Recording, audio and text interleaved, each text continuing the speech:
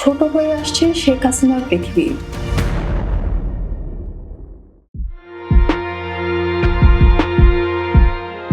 কোনো দেশ আশ্রয় দিতে রাজি নয় সাবেক স্বৈরশাসক শেখ হাসিনাকে। তাকে আশ্রয় দেওয়া নিয়ে নানা তথ্য বাতাসে ভেসে বেড়ালেও শেষ পর্যন্ত কেউ রাজি হয়নি।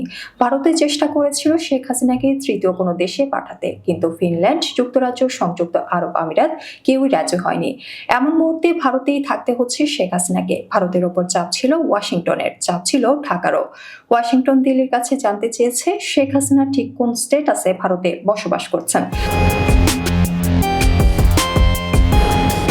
সম্প্রতি India.com-এর এক প্রতিবেদনে বলা হয়, শেখ হাসিনা চলতি বছরের 5 আগস্ট বাংলাদেশ থেকে পালিয়ে ভারতের দিল্লিতে বসবাস করছেন। ভারতে আশ্রয় নেওয়ার 4 মাসেরও বেশি সময় হয়ে গেছে। তিনি যখন ভারতে আসেন তখন বলা হয়েছিল এটি তার অস্থায়ী অবস্থান হবে, কিন্তু তা হয়নি। তিনি অনেক দেশে রাজনৈতিক আশ্রয় নেওয়ার চেষ্টা করেছিলেন, কিন্তু সফল হতে পারেনি। সব দেশ শেখ হাসিনার থেকে মুখ ফিরিয়ে নিয়েছেন, তাই ভারতে থাকতে বাধ্য হয়েছেন তিনি। তবে এরই মধ্যে বাংলাদেশে শেখ হাসিনাকে প্রত্যর্পণের দাবিতে আওয়াজ উঠেছে। অন্যদিকে ঢাকার দাবি ছিল শেখ হাসিনা ভারতে বসে কোনো রাজনৈতিক বক্তব্য দিতে পারবেন না।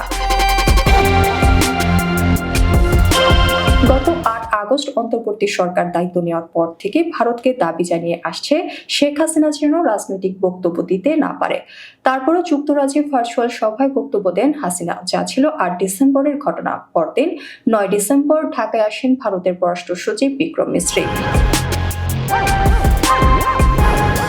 দুই দেশের পররাষ্ট্র সচিব পর্যায়ে বৈঠকে ঢাকার পক্ষ থেকে তীব্র প্রতিবাদ জানিয়ে বলা হয়, ভারতে বসে শেখ হাসিনার বক্তব্য পছন্দ করছি না আমরা। অবশেষে নয়াদিল্লিতে বৃহস্পতিবার সাংবাদিকদের বিক্রম মিশ্রি জানিয়েছেন, বাংলাদেশের অন্তর্বর্তী সরকারের বিরুদ্ধে ক্ষমতাচ্যুত প্রধানমন্ত্রী শেখ হাসিনার সমালোচনাকে ভারত সমর্থন করে না এবং এটি বাংলাদেশ ভারত সম্পর্কের ক্ষেত্রে খুবই ছোট বা তুচ্ছ বিষয়।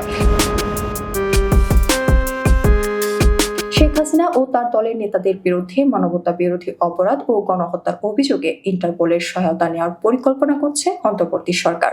শেখ হাসিনার সরকারের বিরুদ্ধে গণসহিংসতা এবং ছাত্র আন্দোলনকে দমন করার জন্য কঠোর পদক্ষেপ গ্রহণের অভিযোগ রয়েছে।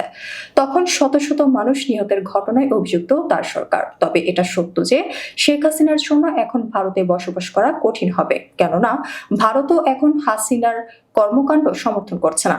এদিকে ভারতে শেখ হাসিনাকে আশ্রয় দেওয়ায় নিজের দেশের নেতাদের তোপের মুখে পড়েছেন নরেন্দ্র মোদী সরকার।